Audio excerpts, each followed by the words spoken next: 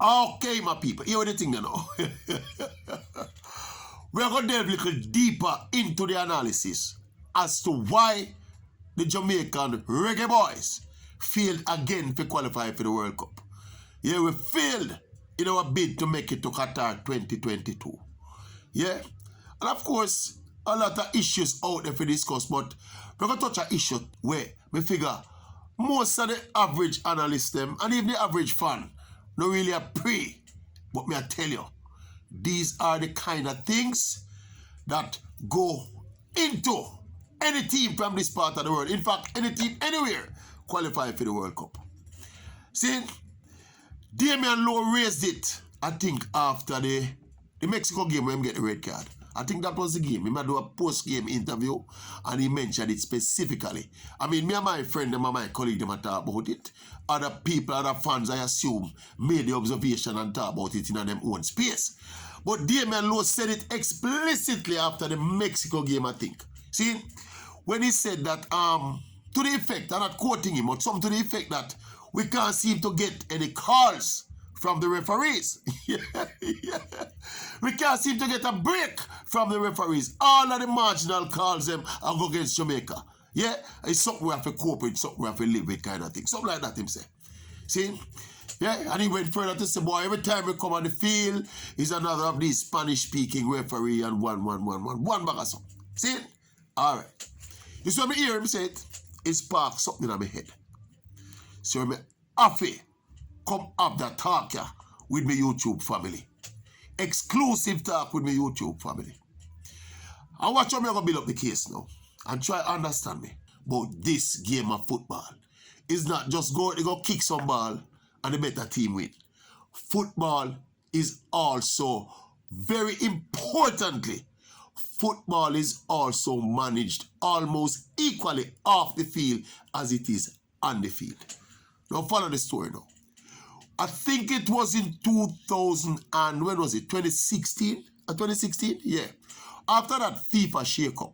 Yeah? You remember that FIFA shake-up when them shake up CONCACAF and weed out all of the leadership and some of the man them end up in a short pants and all them something there?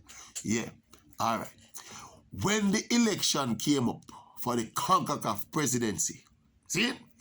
That was the replacement for Jack Warner, I think. Yeah? Remember that period there? All right.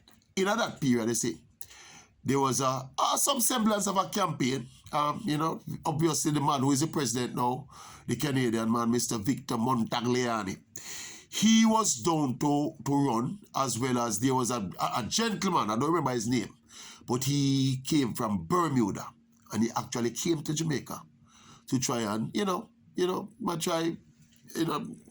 put in program to the various territories, and he came to Jamaica. And I was invited to a function where he was, and he was speaking to us, kind of informally, the night, and I said, boy, but the kind of things he was talking to, it resonated with me. And he never had to say it to me. Me know it, because I learned it from the way the football structure in the Caribbean. He was positing that, look here, the Caribbean, right, as a region, governed by the CFU, we need to remain united to protect the interest of Caribbean football. See? I don't know if you guys understand or you know. What I'm going to tell you now. The CONCACAF region, this is a region of Central America, North America, and the Caribbean. That's the CONCACAF region. It's a football region, right? A football confederation. It's comprised 41 member nations. See, in CONCACAF, 41 member nations. Of that 41, 31 of the CONCACAF member nations are Caribbean nations. See, now one of the biggest travesties, one of the biggest sellout, me call it, in a Caribbean football occurred. See, I don't know if they were aware of what they were doing. I don't know what it was.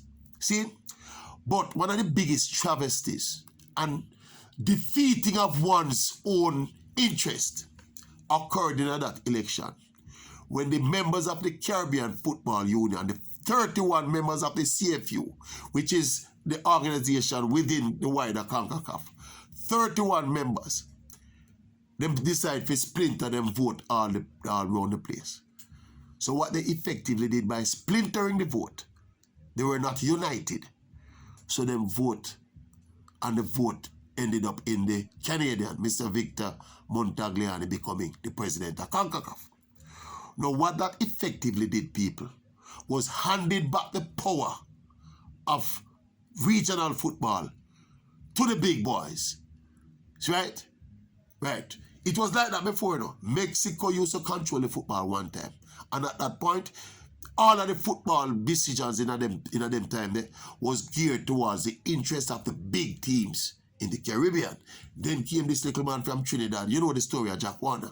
He was the one who kind of like piloted the enlightenment of the Caribbean member nations to make them understand. Say, look here, if you guys stay united and put somebody in that seat to protect your interest, then you will remain more relevant in CONCACAF in regional football.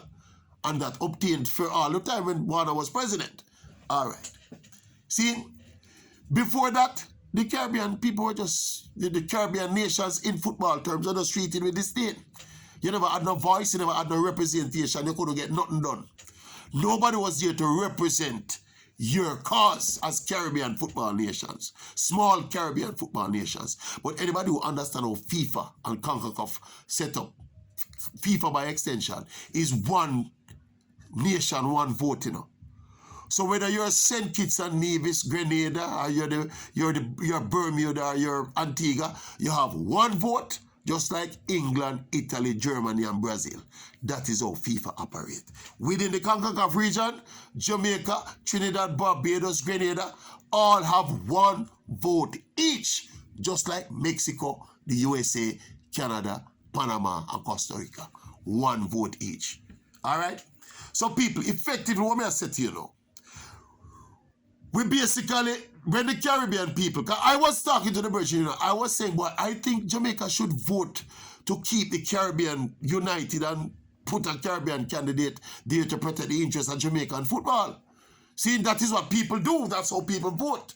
They vote to protect their own interests.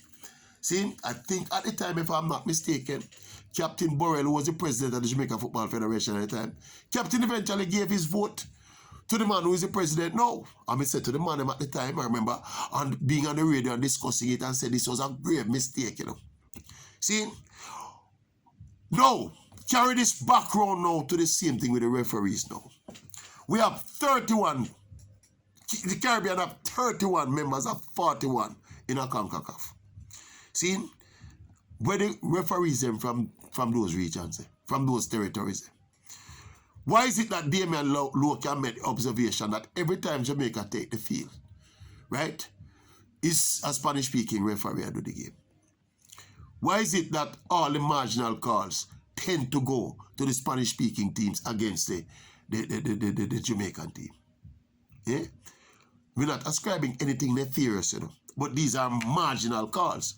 If you remember that call in the USA game, Lowe himself, I think he was speaking in the aftermath of that red card we him get against Mexico. Another marginal call that probably could have gone either way. These marginal calls, you know, anyway them go, nobody not we have a big problem, you know. So it could have gone so, or it could have gone so. And in the context of a World Cup qualification group, a tight World Cup qualification group, can you imagine the value of these marginal calls? Now I said all of that to say, see, the football itself, qualifying for a World Cup, you know, you need to get the marginal calls. See, and it is much more likely, see, that if we had some Caribbean representation, except for the couple Jamaicans we had do some game, right? If we had some wider Caribbean representation, in other words, when Jamaica go up on that field against, let us say, the USA, if we had an Antiguan referee doing that game, or a Trinidadian referee, or a Barbadian referee doing those games, we'd have more than likely, or at least, let me put it this way, a lot of the marginal calls probably would not go against us. You see what I'm saying? It's just so football run. You see me, I said to you? So when we said we don't understand how we can get the marginal calls and how hard of the referee them we see is just them kind of referee there, these are the things that people don't realize. People, let me tell you something. The late Captain Horace Burrell, a lot of people don't know this, but me and the captain used to reason a lot, you know. Captain used to consult me on certain things and call and talk to me, and we used to talk, and I used to learn. The 2014 World Cup in Brazil, when I went down to Rio, seen an assignment for TVJ and the RJR group, see, me hook up with Captain down a couple times, you know, man. Yeah, man, can we go check him up at the big FIFA hotel in a relaxed situation, and we're there for hours and see how the people who run football roll and hear the kind of discussions where they have. You understand me? And don't rule out these little things. These are little things you learn how important it is to dot all the I's and cross all the T's and ensure that the rub of the luck and the rub of the marginal cause don't go against you all the while. You're going to need them kind of luck, you know. You're going to need them kind of marginal cause to go with you, you know, when you're a small, struggling, developing football nation competing against bigger, more powerful, more wealthy nations. And we are not suggesting anything nefarious. But let me tell you one more example of it. A lot of people don't know this and remember this. In that 1998 World Cup campaign when Jamaica qualified for the World Cup, see, you can make what you want of this, you know. But there is a particular referee. He was a top FIFA referee at the time. A Trinidadian. Name, I don't remember my first name, but his last name is Ramdan. I don't have the records in front of me, but if I remember it clearly, Jamaica did not lose a game when our brother from Trinidad officiated in the game. Read what you want into that, you know. But these are the things we're talking about. And by the way, another relevant piece of information. The head, not just the head of CONCACAF, is from one of the big countries. The head of the referees commission in CONCACAF is from up north. The Canadian neighbors up north.